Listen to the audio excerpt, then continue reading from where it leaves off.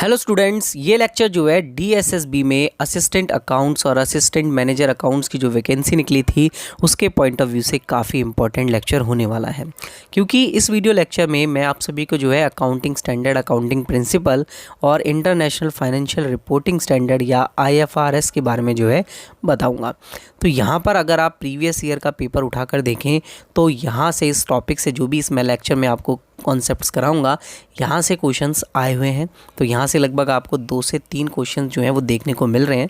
तो काफ़ी important lecture आपके लिए होने वाला है, तो आप सभी इसको बहुत अच्छे से समझिएगा, ठीक है। और ये पीडीएफ आप डाउनलोड कर सकते हैं, लिंक डिस्क्रिप्शन में मैं आपको दे दूंगा, तो वहाँ से आप इसको डाउनलोड करके पढ़ सकते हैं, या फिर आप चाहें तो साथ के साथ नोट्स बनाएंगे तो और बेटर रहेगा, क्योंकि आपके लिए बेटर अंडरस्टैंडिंग रहेगी। अगर आप नोट्स नहीं बनाना चाहते तो खाली आप सुनिए, फिर उसके बाद इसको आप डाउनलोड करने के बाद आप इसको रीड कर सकते हैं। तो काफ़ी इंपॉर्टेंट ये लेक्चर होने वाला है। और प्रीवियस लेक्चर्स में मैंने आपको कुछ बेसिक्स टॉपिक पढ़ाए थे, ठीक है। अब धीरे धीरे जो है मैं एडवांस टॉपिक्स की ओर बढ़ रहा हूँ और वहाँ पर आपको और भी वीडियोस मिलेंगी यहाँ पर डीएसएसबी असिस्टेंट अकाउंट्स और अकाउंट्स मैनेजर के लिए, ठीक है। तो स्टार्ट करते हैं आज के लेक्चर को। तो आज के लेक्चर में हम जो है सबसे पहला हम स्टार्ट करते हैं अकाउंटिंग प्रिंसिपल से, कि अकाउंटिंग प्रिंसिपल्स क्या होते हैं, ठीक है। तो अकाउंटिंग प्रिंसिपल्स के बारे में अगर बात की जाए तो यहाँ पर अकाउंटिंग प्रिंसिपल जो है वो एक तरीके से जर्नल लॉ है या रूल्स आप कह सकते हैं, जो कि अडॉप्ट करे जाते हैं बाय द बेसिक्स कंडक्ट और प्रैक्टिस करने के लिए। अगर आपको कुछ भी अकाउंटिंग करनी है तो उसके लिए आपको एक बेसिक रूल्स एंड लॉ को मानना पड़ेगा, वो अकाउंटिंग प्रिंसिपल्स होते हैं जब भी अकाउंटिंग करनी होती है। तो आपको जो भी अकाउंटेंट्स होते हैं उनके लिए यूनिवर्सली कुछ रिकॉर्डिंग ट्रांजेक्शन्स को जब उन्हें रिकॉर्ड करना होता है तो उनके लिए कुछ नॉर्म्स एंड रूल्स बनाए गए हैं जो उन्हें फॉलो करने होते हैं, जो कि वेरियस आइटम्स से रिलेटेड होंगे, लाइबिलिटीज़, एक्सपेंसेस, इनकम एक्सेट्रा। और ये अकाउंटिंग प्रिंसिपल्स को 2 कैटेगरीज में क्लासिफाइड किया हुआ है, अकाउंटिंग कॉन्सेप्ट्स और अकाउंटिंग कन्वेंशंस, ठीक है। तो अकाउंटिंग कॉन्सेप्ट्स बेसिकली कुछ अजम्पशंस हैं या फंडामेंटल्स प्रोपोजिशंस हैं, जबकि अकाउंटिंग कन्वेंशनल जो होते हैं वो बेसिकली अकाउंटिंग प्रैक्टिसेस होती हैं जो प्रिंसिपल पर होते हैं आधारित और फॉलो करते हैं एंटरप्राइजेस एक गिवन पीरियड ऑफ टाइम में, ठीक है। तो अकाउंटिंग कॉन्सेप्ट्स बेसिकली क्या हो गए आपके पास, अजम्पशंस हो गए, फंडामेंटल प्रोपोजिशंस हो गए, जबकि अकाउंटिंग कन्वेंशन आपके पास अकाउंटिंग प्रैक्टिसेस और प्रिंसिपल हो गए यहाँ पर। तो आपको ये बात याद रखनी है। अगर हम इसके फीचर्स के बारे में बात करें तो अकाउंटिंग प्रिंसिपल जो है वो बेसिकली मैन मेड होते हैं, यानी कि ये हमने खुद बनाए हैं। ये जो है स्टैंड नहीं करते नेचुरल साइंस के ऊपर, प्रिंसिपल ऑफ नेचुरल साइंस पे स्टैंड नहीं करते, हमने खुद बनाए हुए हैं। अकाउंटिंग प्रिंसिपल फ्लेक्सिबल होते हैं, इनको चेंज किया जा सकता है, कभी भी इनको हम चेंज कर सकते हैं, रिजिड नहीं होते, फ्लेक्सिबल होते हैं, ठीक है। जब भी हमें कोई चेंज करना हो तो हम इसके अंदर चेंजेस ला सकते हैं, जब भी रूल के अकॉर्डिंग कोई भी चेंज की हमें ज़रूरत हो तो। अकाउंटिंग प्रिंसिपल जनरली एक्सेप्टेड है, हर किसी को मानना है एक बार अगर रूल बन गया तो, ठीक है। और कुछ क्राइटेरियाज मीट करते हैं, जैसे रिलेवेंस, ऑब्जेक्टिविटी और फिजिबिलिटी। और रिलेवेंस का मतलब क्या होता है कि बेसिकली यहाँ पर इन्फॉर्मेशन जो दी गई है उससे एक रिलेवेंट रिजल्ट निकल के आएगा, एक रिलेवेंट इन्फॉर्मेशन पहुँचेगी किसी भी यूज़र तक। ऑब्जेक्टिव का मतलब क्या है कि जो अकाउंटिंग प्रिंसिपल बनाए गए हैं उनका कोई ना कोई ऑब्जेक्टिव है, ठीक है। और ये एक तरीके से किसी पर्सनल बिजनेस पर डिपेंड नहीं करता। फिजिबल के बारे में अगर हम बात करें तो जो अकाउंटिंग प्रिंसिपल्स बनाए गए हैं ये can be applied without undue complexity and cost, ठीक है। इसके ऊपर हर किसी को मानने ही मानने पड़ते हैं, ठीक है। नेक्स्ट हम बात करते हैं कि अकाउंटिंग प्रिंसिपल जो है वो फंडामेंटल अकाउंटिंग प्रिंसिपल्स को क्यों लेकर चलते हैं, क्योंकि यहाँ पर बेटर अंडरस्टैंडिंग के लिए कि आप बहुत अच्छे से समझ पाएँ, आप प्रिपेयर कर पाएँ अकाउंटिंग प्रिंसिपल को यूनिफॉर्मली, ठीक है। और अकाउंटिंग प्रिंसिपल जो है वो सेम चीज़ों को फॉलो करते हैं, जैसे कि सबसे पहले कुछ अजम्पशंस हैं, उन अजम्पशन पर हम चलें तो यहाँ से डायरेक्टली आपको क्वेश्चन एग्जाम में देखने को मिलेगा। जैसे सबसे पहला आपके पास होता है गोइंग कंसर्न अजम्पशन, ठीक है। इस अजम्पशन में बेसिकली हम ये मान के चलते हैं कि हमारा बिजनेस जो है वो इन्फिनिटी टाइम तक चलेगा, फोरसीनेबल पीरियड तक चलने वाला है, और इसमें कोई भी इंटेंशन नहीं है हमारी अभी भी बिज़नेस को बंद करने की और बिज़नेस के स्केल को डाउन करने की, मतलब बिज़नेस को कम करने की हमारी कोई भी इंटेंशन नहीं है। ये प्रिंसिपल या ये अजम्पशंस ऐसी बात को मान के चलता है। कंसिस्टेंसी अजम्पशन क्या है?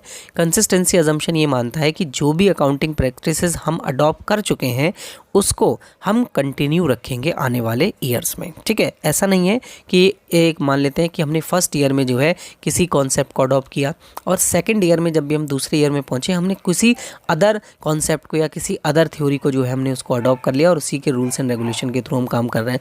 एक बार जो चीज़ हमने अडॉप्ट कर ली हम उसी के हिसाब से जो है वो सारी की सारी चीज़ें करेंगे। क्लियर है स्टूडेंट्स? यहाँ तक आपको समझ में आया होगा। थर्ड होता है अपने पास एक्रुअल अजम्पशन। तो जितना भी अकाउंटिंग होता है बेसिकली वो एक्रुअल अजम्पशन पर बेस्ड होता है। जैसे कि सपोज दैट कि मान लेते हैं मैंने पेड 5000 रुपीज़ टू श्याम, ठीक है, टू श्याम। अब यहाँ पर हमने पे करा है 5000 रुपये श्याम को, तो ये ट्रांजैक्शंस में मनी का ट्रांसफ़र हुआ है, तो ये एक्रुअल बेसिस ट्रांजैक्शन नहीं है।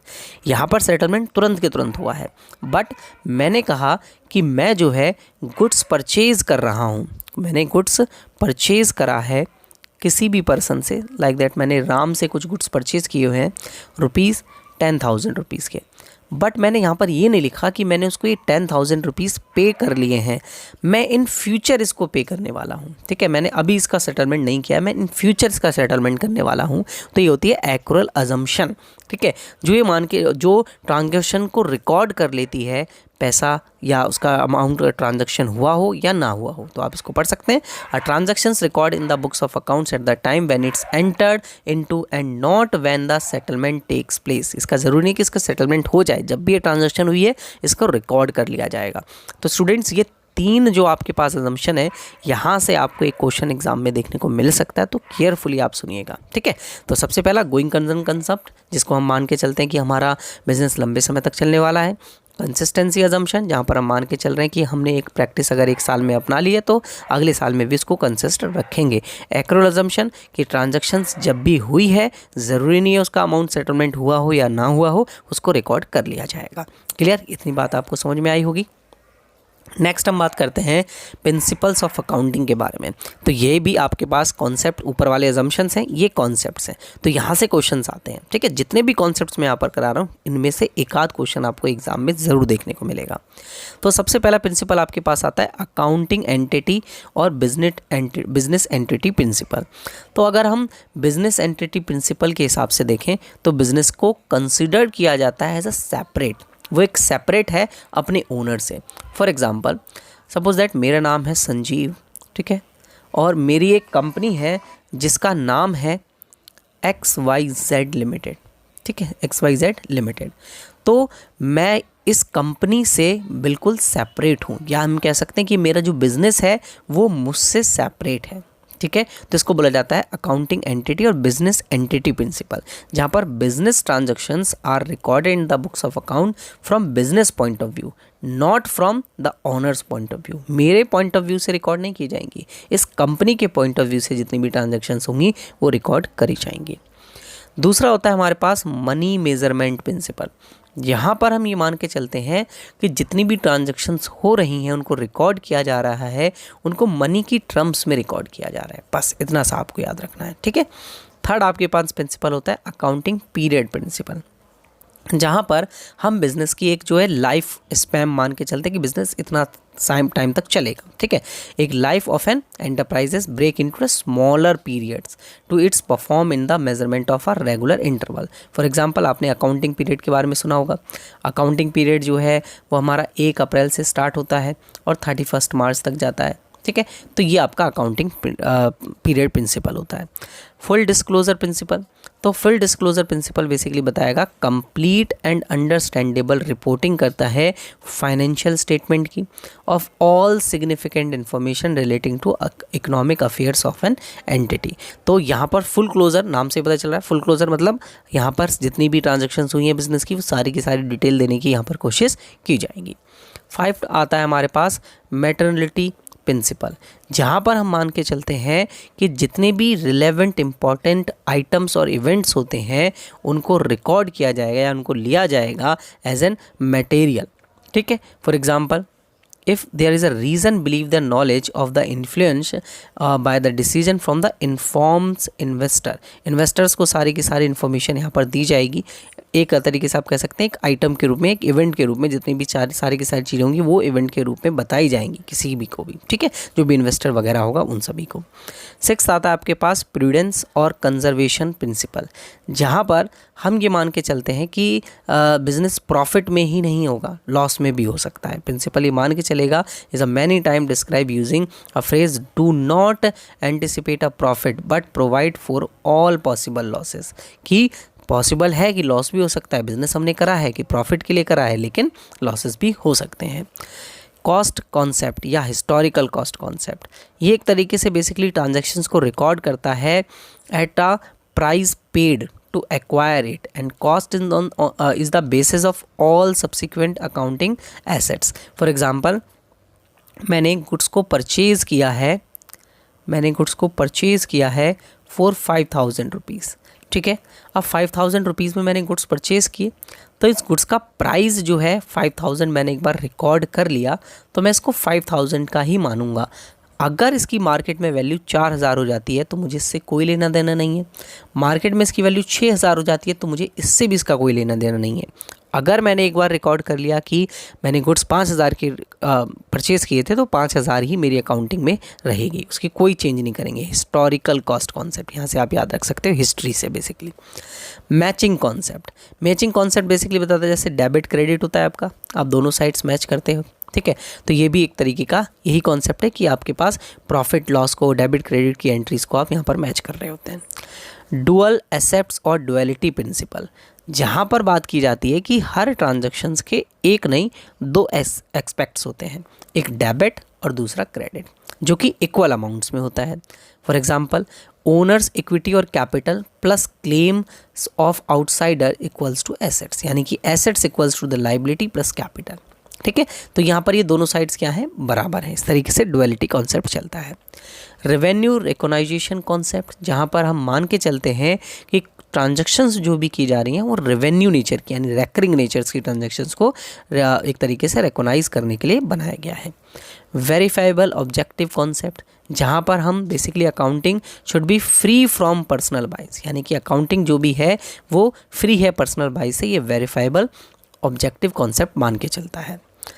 नेक्स्ट हमारे पास आता है अकाउंटिंग स्टैंडर्ड। देखिए दोस्तों, यहाँ से भी क्वेश्चन आपके पास बनेंगे, ठीक है। तो अकाउंटिंग स्टैंडर्ड्स के बारे में बात करें तो जनरली गाइडलाइंस हैं, कुछ गाइडलाइंस दी गई हैं, और वो गाइडलाइंस जो है the institute of chartered accountant of India के अंदर दी गई हैं, ठीक है। और भी अलग अलग जगह पर जो है अकाउंटिंग स्टैंडर्ड्स की बॉडी होती है, तो उसके हिसाब से अकाउंटिंग स्टैंडर्ड्स दिए जाते हैं। तो पहले हम बात करते हैं नेचर ऑफ अकाउंटिंग स्टैंडर्ड की, कि अकाउंटिंग स्टैंडर्ड का नेचर क्या है। तो हम बात करें कि अकाउंटिंग स्टैंडर्ड जो है गाइडलाइन प्रोवाइड करता है, एक framework to credible financial statement to be produce, कि फाइनेंशियल स्टेटमेंट कैसे प्रोड्यूस करना है, आपको कैसे बनाना है अपना फाइनल अकाउंट, कैसे आप शो करेंगे कितना प्रॉफिट हुआ कितना लॉस हुआ, उसके लिए फाइनेंशियल स्टेटमेंट बनाने के लिए गाइडलाइंस और एक फ्रेमवर्क प्रोवाइड करेगा। एक ऑब्जेक्टिव देगा आपको अकाउंटिंग स्टैंडर्ड जो है, जो कि आपकी अकाउंटिंग प्रैक्टिसेस को यूनिफॉर्म बनाएगा, मतलब एक तरीके से अलग बनाएगा कि हर तरीके से हमने किस तरीके से किया हुआ है, और इंश्योर करेगा ट्रांसपेरेंसी, कंसिस्टेंसी और कंपेरेटिबिलिटी, ठीक है, कि आप किसी को कंपेयर कर सकते हैं, कंसिस्टेंसी होगी उसके अंदर, वो ट्रांसपेरेंट मैनर में होगा। Accounting standard are prepare keeping in view the business environment के हिसाब से बनाए जाते हैं, लॉज ऑफ द कंट्री, ठीक है, कंट्री के क्या लॉ हैं उसके हिसाब से अकाउंटिंग स्टैंडर्ड बनाए जाएंगे। अकाउंटिंग स्टैंडर्ड मैंडेटरी है इन नेचर, ठीक है। अकाउंटिंग स्टैंडर्ड जो है फ्लेक्सिबल बनाए जाते हैं, उनके अंदर चेंज किया जा सकता है, ठीक है। अकाउंटिंग स्टैंडर्ड्स के क्या ऑब्जेक्टिव्स हैं, तो ऑब्जेक्टिव्स में सबसे पहले आता है कि हम इसमें मिनिमाइज करते हैं डाइवर्सिफाई अकाउंटिंग पॉलिसीज़ को and practices with the aim to eliminate them to extend possible, कि डाइवर्सिफाई होंगे, उनके अंदर विभिन्नता पाई जाएगी और पॉलिसीज़ को चेंज किया जा सकता है, प्रैक्टिसेस को चेंज किया जा सकता है। Promote better understanding of the financial statement, हमें जो है अकाउंटिंग स्टैंडर्ड से अंडरस्टैंडिंग फाइनेंशियल स्टेटमेंट की बहुत अच्छी होगी, क्योंकि ये जो है रूल्स एंड रेगुलेशन जिनसे बनाया गया है वो पहले से ही डिसाइड करे गए कि उसमें कोई भी त्रुटि नहीं पाई जा सकती, कोई कमी नहीं होगी। अंडरस्टैंड सिग्निफिकेंट, उसके महत्व के बारे में होगी कि हमने जो अकाउंटिंग पॉलिसी अडॉप्ट करी है, अप्लाइड करी है, उसका कुछ सिग्निफिकेंट है। फैसिलिटेट करेगा मीनिंगफुल कंपैरिजन, अगर कोई भी दो कंपनी सेज दैट एक कंपनी है और एक कंपनी बी है, दोनों ने अपनी अपनी फाइनेंशियल स्टेटमेंट तैयार करी, तो इनके बीच में जो है एक कंपैरिजन किया जा सकता है, एक मीनिंगफुल कंपैरिजन किया जा सकता है जब अकाउंटिंग स्टैंडर्ड के थ्रू ये बनाया गया होगा। नेक्स्ट है हमारे पास enhancing the reliability of the financial statement, financial statement पर आप विश्वास कर सकते हो अगर अकाउंटिंग स्टैंडर्ड्स के थ्रू बनाया गया है तो, ठीक है। नेक्स्ट आता है हमारे पास what is international financing report standard या IFRS, ठीक है। यहाँ से भी क्वेश्चन पिछले प्रीवियस ईयर में आया हुआ है DSSB के पेपर में, आप देख सकते हैं अगर आपने पेपर डाउनलोड करा हो तो, ठीक है। अगर नहीं डाउनलोड किया है तो मैंने आप सभी के लिए एक वीडियो प्रिपेयर किया था, उसमें भी मैंने आपको इन्फॉर्मेशन बताया था कि क्या क्या टॉपिक्स आपको पढ़ने हैं। तो जो हमारे पास IFRS है, सेट किया गया था अकाउंटिंग स्टैंडर्ड्स के द्वारा बाय इशू ऑफ IASB, ठीक है, जो कि अडॉप्टेड है किससे, इंटरनेशनल अकाउंटिंग स्टैंडर्ड बोर्ड से बेसिकली, ठीक है, जो कि एग्जिस्ट होता है 2001 ईयर में। फिर SIC बनाया गया स्टैंडर्ड्स, ठीक है, इसके थ्रू बनाया गया, इनकी इन्फॉर्मेशन अभी यहाँ पर आपको दी जाएगी। IAS जो है आपके पास इंटरनेशनल अकाउंटिंग स्टैंडर्ड्स, और आपके पास स्टैंडर्ड्स अकाउंटिंग कॉरपोरेशन, इनके थ्रू जो है ये चीज़ें बनाई गई थी। तो इसमें लगभग आपके पास out of 41 IAS 12 IAS stands withdraw and effect 29 IAS are still applicable. तो लगभग 12 IAS यानी कि इंटरनेशनल अकाउंटिंग स्टैंडर्ड को हटा दिया गया है 41 अकाउंटिंग स्टैंडर्ड में से, और जो 29 अकाउंटिंग स्टैंडर्ड्स हैं अभी आपके पास एप्लीकेबल हैं ये सभी, ठीक है। तो ये क्या है, इसमें फाइनेंशियल स्टेटमेंट्स कैसे कंप्लीट होती हैं, तो यहाँ पर statement of financial positions, comparative income statement, और statement of change in equity, cash flow, और note and summary of accounting policies, इन सभी चीज़ों की जानकारी जो है आपके पास IFRS रखता है, ठीक है। नेक्स्ट हम बात करते हैं ऑब्जेक्टिव क्या है IASB के, ठीक है। तो यहाँ पर सबसे पहला ऑब्जेक्टिव है इसका, एक पब्लिक इंटरेस्ट में डील करता है, single set of high quality understandable and enforceable global accounting standard को बनाता है, जो कि हाई क्वालिटी के ट्रांसपेरेंट कंपेरेबल इन्फॉर्मेशन प्रोवाइड करे फाइनेंशियल स्टेटमेंट्स के बीच में और अदर फाइनेंशियल रिपोर्टमेंट, जिससे हेल्प होगी पार्टिसिपेंट्स को to various capital market of the world and the other user to inform make the economic decisions, ताकि वो अपने लिए एक अच्छा इकोनॉमिक डिसीजंस बना सके अपनी कंपनी के लिए। To promote the use of rigorous application of those standards, इन स्टैंडर्ड्स को अच्छे तरीके से एप्लीकेबल किया जाए, इस वजह से जो है हमने इंटरनेशनल अकाउंटिंग स्टैंडर्ड बोर्ड बनाया है। अगर आपको इनकी फुल फॉर्म लिखनी हो तो आप लिख सकते हैं आई से इंटरनेशनल अकाउंटिंग स्टैंडर्ड बोर्ड, ठीक है। ये बोर्ड बनाया गया था अकाउंटिंग स्टैंडर्ड्स के लिए। नेक्स्ट आता है to in fulfilling the objective of association with 1 and 2 to take accounting appropriate and special need of small and medium size entities and emerging the economies, ठीक है। जो इमर्जिंग इकोनॉमीज़ है उनके अंदर जो स्मॉल और मीडियम साइज एंटरप्राइजेस उभरते जा रहे हैं उनके लिए बेटर एक तरीके से स्टैंडर्ड्स बनाना, ताकि वो अच्छे तरीके से ऑपरेट कर पाएँ। To bring the about coverage of national accounting standard and international financial reporting standard to high quality solutions, यहाँ से जो भी कोई कमी होती है तो उसके high quality solutions निकाले जा सकें।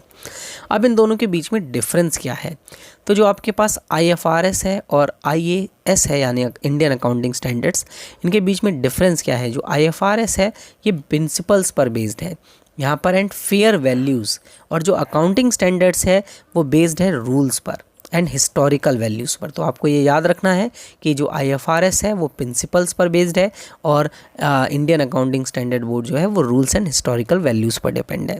India decide to coverage the Indian accounting standards with IFRS and issue the covered Indian accounting standard titled in IAS यानी कि INDAS इंडियन अकाउंटिंग स्टैंडर्ड, ठीक है, ये बनाए गए थे। नेक्स्ट हम बात करते हैं कि इसकी अजम्पशंस क्या है IFRS के। तो अजम्पशन है एक्रुअल अजम्पशन, जो अभी ऊपर मैंने समझाया था कि भाई हमारा ट्रांजैक्शन सेटलमेंट भी ना हो तो ट्रांजैक्शन जब भी हुई इसको रिकॉर्ड कर लिया जाएगा। गोइंग कंसर्न कंसेप्ट को, जहाँ पर बिजनेस को मान के चलते हैं कि बिजनेस इन्फिनिटी टाइम तक ऑपरेट करता रहेगा। मेजरिंग यूनिट यानी कि यहाँ पर जो भी आपके पास वैल्यू ऑफ कैपिटल है वो करंट परचेजिंग पावर के हिसाब से वैल्यू ली जाएगी, और वो जो है उसमें चेंजेस जो भी करंट पीरियड में होंगे वो चेंजेस भी लिए जाएंगे। कांस्टेंट परचेजिंग पावर का अजम्पशन को भी लेके चलते हैं, जहाँ पर ये मान के चलते हैं capital to be adjusted inflation in the economy and of the end of the financial year. ठीक है, अब बात करते हैं कि IFRS बेस्ड है फाइनेंशियल स्टेटमेंट के ऊपर। ठीक है, कैसे? तो स्टेटमेंट ऑफ फाइनेंशियल पोजीशंस के बारे में अगर हम बात करें तो फाइनेंशियल पोजीशंस जहाँ पर एसेट्स, लायबिलिटी और इक्विटी के बारे में यहाँ पर ये बताएगा हमें। ठीक है, आप इसको पढ़ सकते हैं। एसेट्स क्या क्या एसेट्स हैं, कितना कैश फ्लो जा रहा है आ रहा है उसके बारे में। लायबिलिटीज़ यहाँ पर ली गई हैं कि कितना आउटसाइड लायबिलिटी है, कितना कंपनी के अंदर की लायबिलिटीज़ हैं, इसके बारे में। इक्विटी कि कितना शेयर होल्डर्स है आपके पास, वैल्यू क्या है उसकी, उसके बारे में IFRS जो है देखता है। Statement of comprehensive income, income statement जो बेसिकली हमारी होती है, जहाँ पर हम रेवेन्यू एक्सपेंसेस के बारे में बात करते हैं कि कितना रेवेन्यू हुआ है एक साल के अंदर, कितने एक्सपेंसेस हुए हैं एक साल के अंदर। ठीक है, तो revenue increase in the economic benefit during the accounting period as a result of business operation, increase in the value of assets और decrease in the liability, it's result in the increase in the value of shareholders. ठीक है, ये आपको याद रखना है कि increase होती है एसेट्स की वैल्यू में और लायबिलिटी की वैल्यू में कम होता है तो शेयर होल्डर की इक्विटी की वैल्यू बढ़ती है। एक्सपेंसेस के बारे में देखें तो ये डिक्रीज करता है इकोनॉमिक बेनिफिट्स को, इकोनॉमिक बेनिफिट्स यहाँ से कम होते हैं, पैसे आउटफ्लो होता है अकाउंटिंग पीरियड के अंदर, और decrease in the value of assets और increase in the liability, it's result the decrease in the value of share equity. अगर आपकी एसेट्स की वैल्यू कम हो जाती है और लायबिलिटीज़ की वैल्यू बढ़ रही है तो यहाँ पर एक्सपेंसेस हो रहे हैं, जिससे आपके पास जो है इक्विटी की वैल्यू कम हो रही है कंपनी के अंदर। ये भी आपको याद रखना पड़ेगा कि किससे क्या इफेक्ट हुआ है। Statement of change in equity, equity में जो चेंज हुआ है उसकी स्टेटमेंट भी यहाँ पर देखी जाएगी। कैश फ्लो स्टेटमेंट भी देखी जाएगी। तो कैश फ्लो स्टेटमेंट आप सभी ने पढ़ा होगा 12th क्लास में और BCom में भी पढ़ा होगा। ठीक है, तो वहाँ पर कैश का इनफ्लो और आउटफ्लो देखा जाता था, कैश का कितना इनफ्लो हो रहा है, कितना आउटफ्लो हो रहा है। ठीक है, कितना कम हो रहा है, कितना ज़्यादा हो रहा है। Notes and significant accounting policies को भी देखेगा। ठीक है, नेक्स्ट है यहाँ पर measurement of elements of IFRS based financial statements. कौन कौन सी चीज़ों को देखेगा? हिस्टोरिकल कॉस्ट लेगा जो कि मैंने बताया, करंट कॉस्ट को भी लेके चलेगा, रियलाइजेबल सेटलमेंट वैल्यू लेगा, जो सेटलमेंट वैल्यू की जा रही है। फॉर एग्जांपल हमने कोई चीज़ 10,000 रुपये की ली थी बट आज के वक्त में उसकी सेटलमेंट वैल्यू 9,000 आ रही है, तो सेटलमेंट वैल्यू को यहाँ पर लेके चलेगा। नेक्स्ट आता है difference between IFRS and Indian gap. ठीक है, तो यहाँ से भी क्वेश्चन आपके पास बनता है, यहाँ से भी क्वेश्चन आपको देखने को मिल जाएगा। ठीक है, तो IFR जो है प्रिंसिपल पर बेस्ड है, जबकि इंडियन गैप जो है वो अकाउंटिंग स्टैंडर्ड्स के रूल्स एंड रेगुलेशंस पर बेस्ड होता है। IFRS does not prescribe any preparation of the financial statement. For example under the Indian law balance sheet is prepare according to the schedule 4 of companies act. ये आप हटा सकते हैं, companies act 2023 गलती से लिख गया होगा। ठीक है, जबकि आपके पास जो IFRS है वो बेस्ड है फेयर वैल्यू कॉन्सेप्ट पर, वाइल इंडियन गैप और accounting standard are based on historical concept. ये आपको अंडरलाइन बात को याद रखना है बहुत अच्छे से।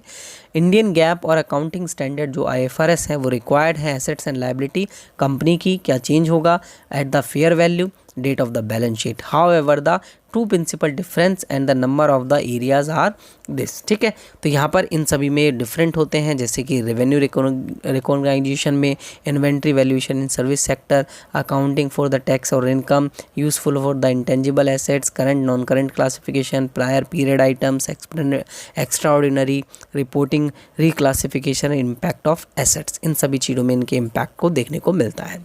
ठीक है स्टूडेंट्स, तो इस लेक्चर में इतना ही था, जहाँ पर हमने सभी अकाउंटिंग स्टैंडर्ड्स के बारे में पढ़ा, IFRS के बारे में पढ़ा, अकाउंटिंग प्रिंसिपल्स के बारे में पढ़ा। यहाँ से आपके पास जो मैंने आपको आज कराया है, यहाँ से आपको एग्ज़ाम में क्वेश्चंस 101% देखने को मिलेंगे। तो काफ़ी इंपॉर्टेंट लेक्चर आपके लिए हो जाता है, आप इसको खुद रीड कीजिएगा। ठीक है, और आप अगर नहीं समझ में आए तो आप इसको दोबारा से वीडियोस को बार बार रिपीट करके देख सकते हैं। तो होपफुली मैं आप सभी को अच्छे से समझा पाया हूँ इस टॉपिक, और आने वाले लेक्चर्स में DSSB के और भी लेक्चर्स मैं आप सभी के लिए अपलोड करने वाला हूं। तो आप सभी जो है इस चैनल को सब्सक्राइब ज़रूर कर लीजिएगा, क्योंकि और भी आपको इसी तरीके के वीडियोस या कंटेंट जो है वो यहाँ पर देखने को मिल जाएगा। ठीक है, तो चैनल को सब्सक्राइब करना ना भूलें आप सभी, और अपने सभी दोस्तों के साथ इस वीडियो को शेयर कर दीजिए। और फिर मैं आप सभी के लिए जो है एक और सीरीज़ प्लान कर रहा हूँ, जहाँ पर मैं आप सभी के साथ MCQ क्वेश्चंस को डिस्कस करूँगा। तो MCQ सीरीज़ जो है वो मैं अपने चैनल पर स्टार्ट करने वाला हूँ। तो अगर आप सभी इंटरेस्टेड हैं तो आप सभी कमेंट में ज़रूर लिखिएगा। तो आप सभी के लिए जो है एक MCQ सीरीज़ यहाँ पर स्टार्ट की जाएगी, जो कि एग्ज़ाम ओरिएंटेड क्वेश्चंस को यहाँ पर टारगेट किया जाएगा। तो चलिए स्टूडेंट्स, नेक्स्ट वीडियोज़ में मिलते हैं।